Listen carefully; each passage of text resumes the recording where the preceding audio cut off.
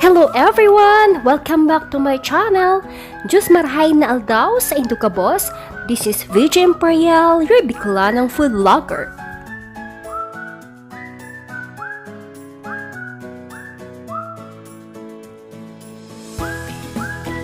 Hello, good morning! And today ay magluluto po tayo ng pork igado. Ito po ang ating mga sangkap. Meron tayo ng carrots and patatas.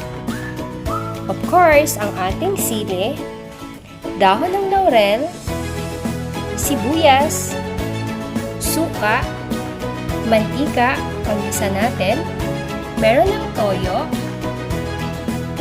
lemon, bawang, meron tayo ng atay, at 1 kilo ng pork belly. Meron din tayo ng pamintang durog at pamintang buo. At gagamit tayo ng rino, liver spread, and then itong ating green peas, and of course, gamit ito po ng garlic powder. So, ayan. Yan po ang ating mga ingredients. And ito po ang ating unang step. Okay, mabarinate po muna natin ng 30 minuto ang ating baboy. And then, lagyan natin ng 1 teaspoon na garlic powder. And, bawang. Paminta powder. And, ating lemon. Okay. Then, bababad lang po natin siya sa loob ng 30 minuto para po mas lalong mag-absorb ang lasa po ng toyo at lemon. Okay.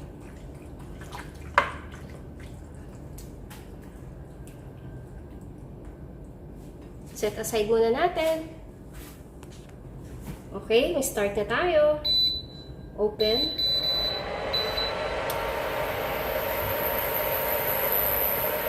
Painitin po muna natin ang ating kawali bago po natin ilagay ang ating mantika. At ngayong mainit na po ang ating kawali, ilalagay na natin ang mantika. Ngayong mainit na po ang ating mantika, ilalagay na natin ang bawang,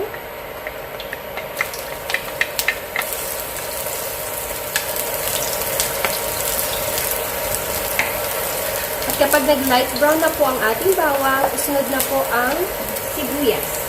Okay?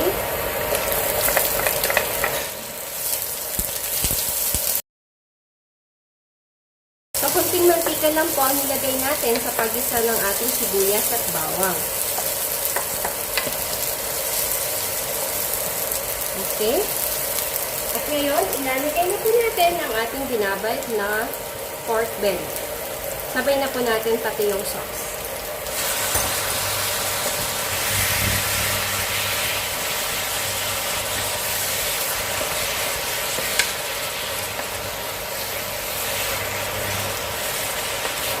Tatakpan po natin. Yan lang po natin ng 20 minutes bago po natin ilagay ang ating mga gulay. So, check po natin. Haluin po natin.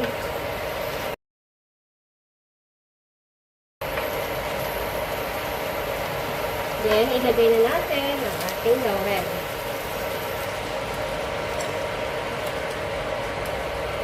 Maglalagay din ako ng paminta.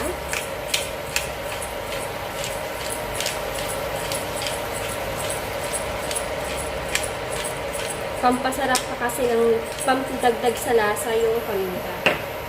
Okay? So, yan. Since nagtubig naman po siya, so,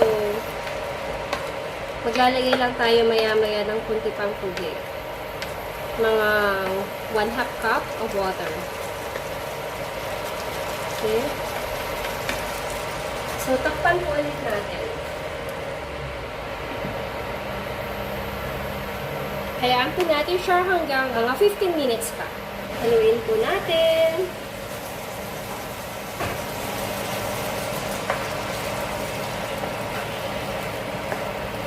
Lalagyan na po natin ang suka.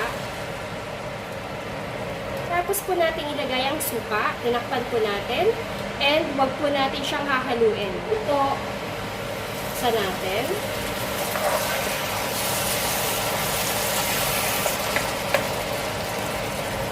At para po tuluyang lumambot ang ating karne, magdadagdag tayo ng tubig. Tingnan natin ang rino.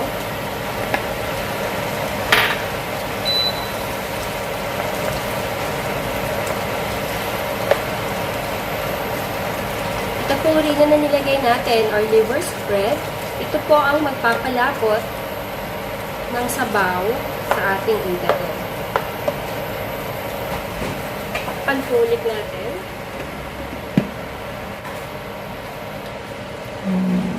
Lagay na po natin ating carrots.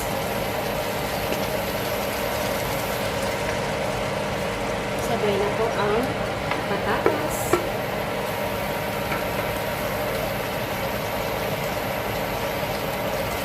Ating sili.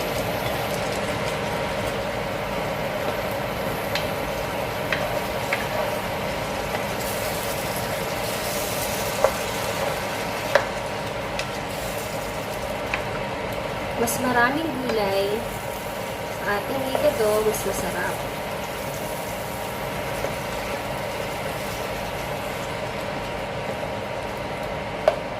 So ayan, nalagay na po natin ang ating carrots at patatas. At pwede na po nating ilagay ang atay ng baboy. So wag po natin siyang hahaluin at nang hindi madurog ang ating atay po. And lagyan natin ang green peas.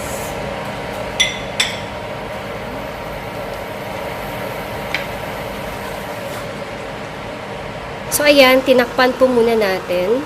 Okay? Hayaan po natin siyang maluto mga 5 minutes. Then, saka po natin ulit buksan at haluin.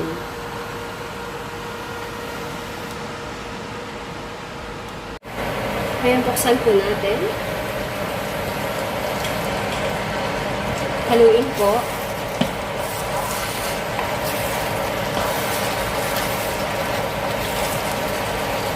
So, napansin niyo po na pinanghuli ko po yung ating atay. Kasi ang atay po ay mas maganda po pag hindi po siya masyadong overcooked para po malambot.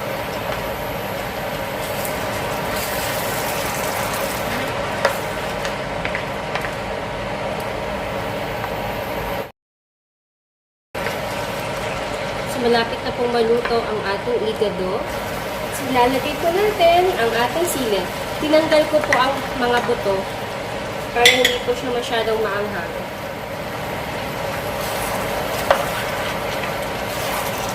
Okay. So, sakto lang po ang ating sabaw.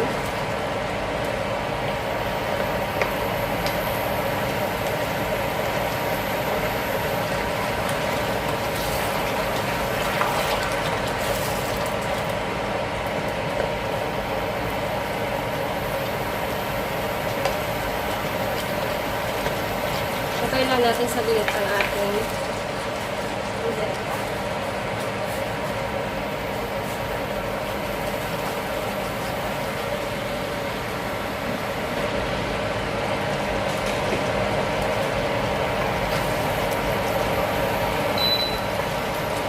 so, malapit na po siyang maluto.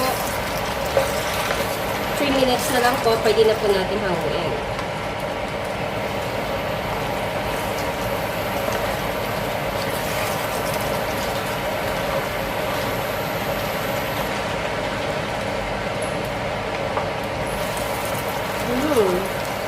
Ang bango na ng ating igado.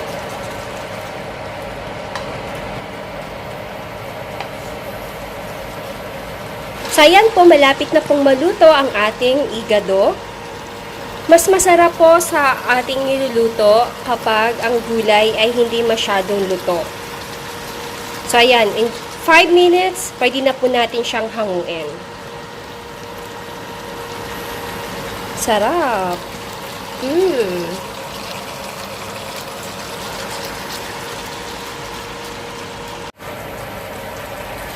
So, ito po. Luto na po ang ating igado. Hindi po ako naglagay ng seasoning kasi mas masarap po yung natural lang na lasa.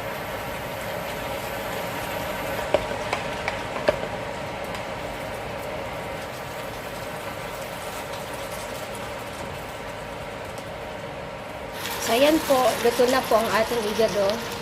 Off na po natin.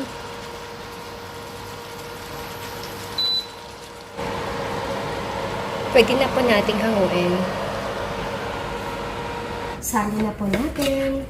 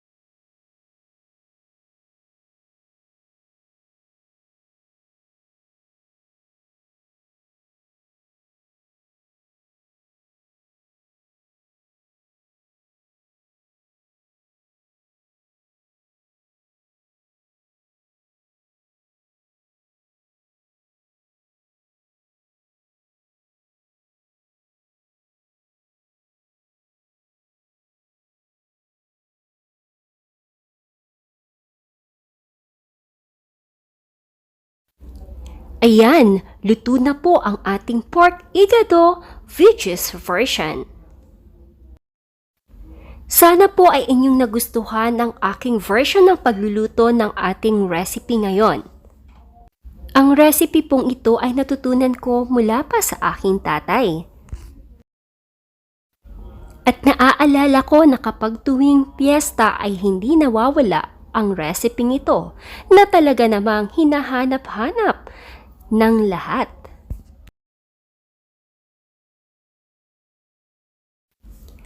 So hanggang dito na lang po ang ating cooking vlog at kapag bago ka pa lang dito sa channel ko, don't forget to hit the like, comment down below, click the notification bell button to keep you updated for more upcoming videos.